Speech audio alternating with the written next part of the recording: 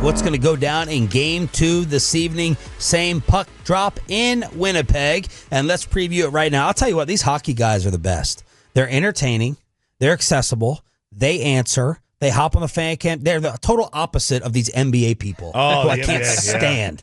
These two goods that act like the league wasn't dying before the playoffs take place. With that, we welcome in the color analyst for the Winnipeg Jets, Mitchell Clinton, here on the home of the Cowboys and Rangers, 105.3 The Fan. Good morning, Mitchell. Do you like that intro? I do very much. Thank you. It makes it even more worth it to be up at 8 a.m. with you guys. What time are you waking up after these 8:50 puck drops? I'll tell you what. So there's pros and cons, right? So the pro side of things is that the morning skate today is not for another 3 hours. So after this, I've got time to go to the gym and feel like an athlete before I go and cover some real athletes. The bad point is, I'm not getting home till after midnight, and it's real tough to get out of bed anytime before, 8:30, 9 o'clock. But so you're a color analyst without that NHL experience. What's that? You're a color analyst without that NHL experience. 100%. Yeah, for sure. How many of you guys in the league are there? I mean, that's a pretty cool achievement. You don't see that in other leagues very often. Yeah. You know what? It's pretty cool. Like, the opportunity just kind of came to me. I started working for the Winnipeg Jets back in 2013, way back when web content and social media was just kind of becoming a thing.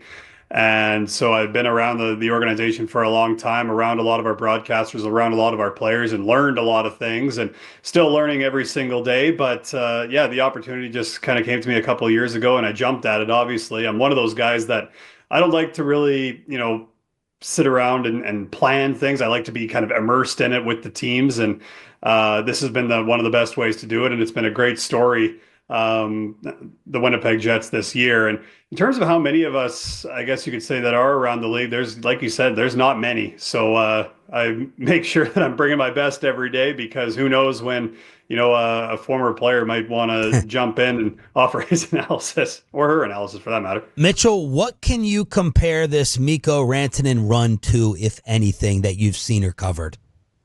Oh boy, nothing playoff wise.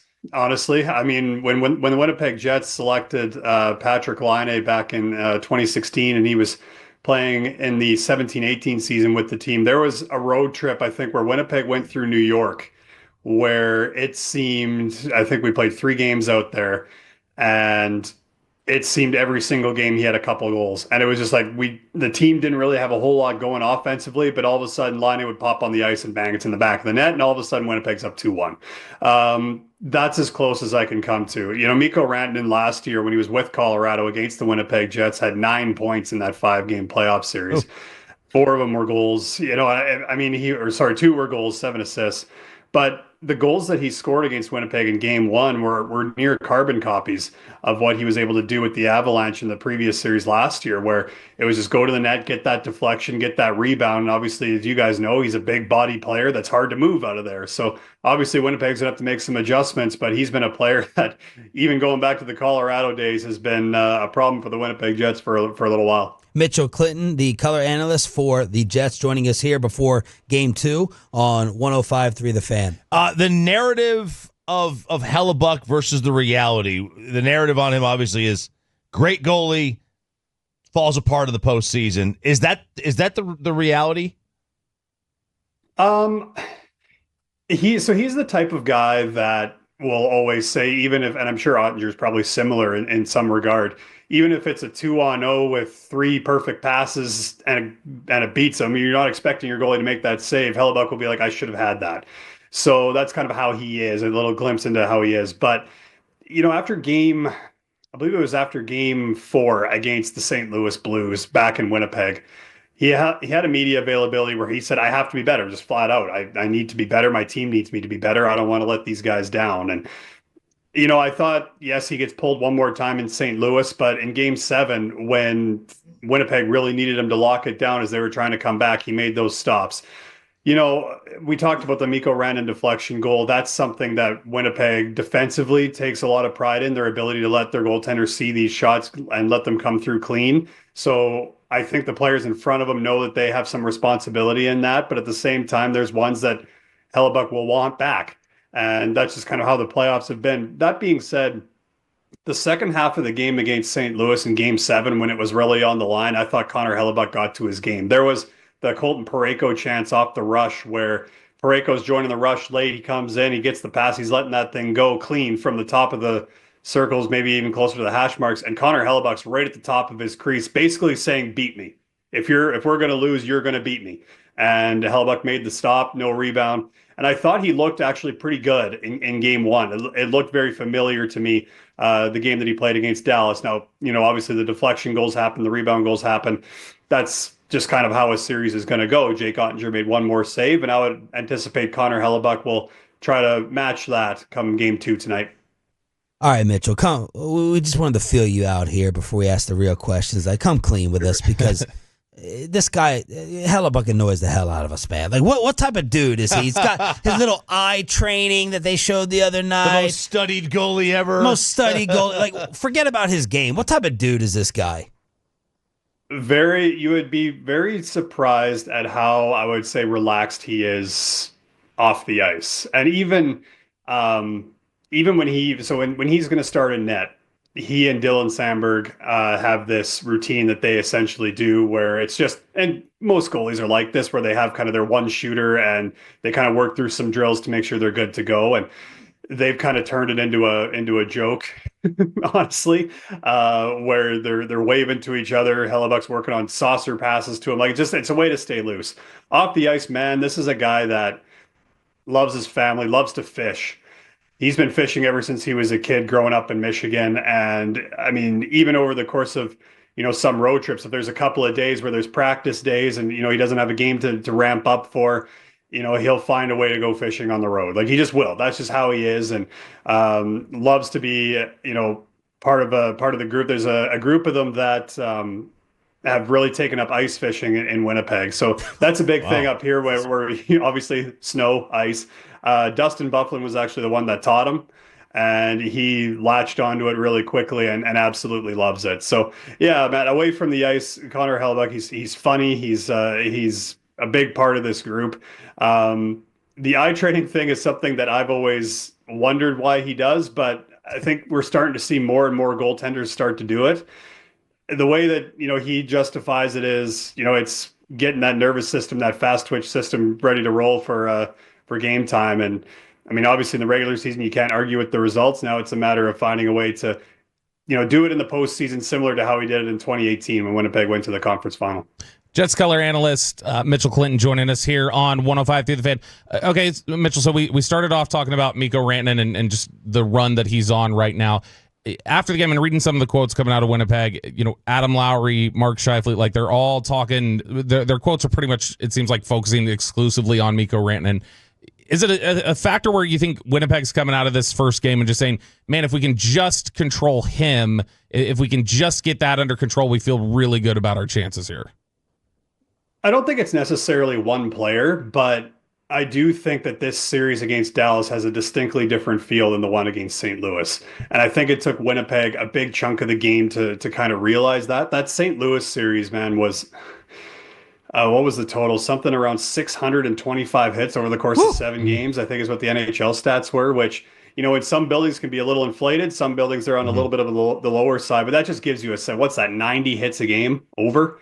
Yeah. Right? So it seems like, and then you go into Game 1 and Dallas had 24 hits in the game, and it wasn't really like they were chasing anything, which honestly I think suits Winnipeg a little bit better because they've got guys on their team that want to make plays similar to Dallas. So for Winnipeg defensively, I think it comes down to sorting things out a little bit better in the neutral zone, and Adam Lowry kind of talked about it yesterday. There's a play on the first Rantanen goal where, Adam Lowry feels he could have, closed off Sam Steele a little bit more, and all of a sudden he doesn't have that clean entry and that ability to cut back, right? So it's almost like it's details leading up to the actual goal being scored that Winnipeg feels they need to be a little bit better at. they're well aware about, what Tyler Seguin's done to this team over the course of a number of years in the Central Division. They know what Wyatt Johnston is capable of. You know what I mean? So it's not like they're necessarily focusing in on one player, even though Mikko Rantanen is, if you're going to do that, probably the one player you do want to zone in on right now. But they're well aware of Dallas's depth, and that's something that they talked about coming into this series. So I would expect them to more or less focus on some defensive structure details more so than one player. Mitchell, injury status for Morrissey, Stanley, are they going to be good to go?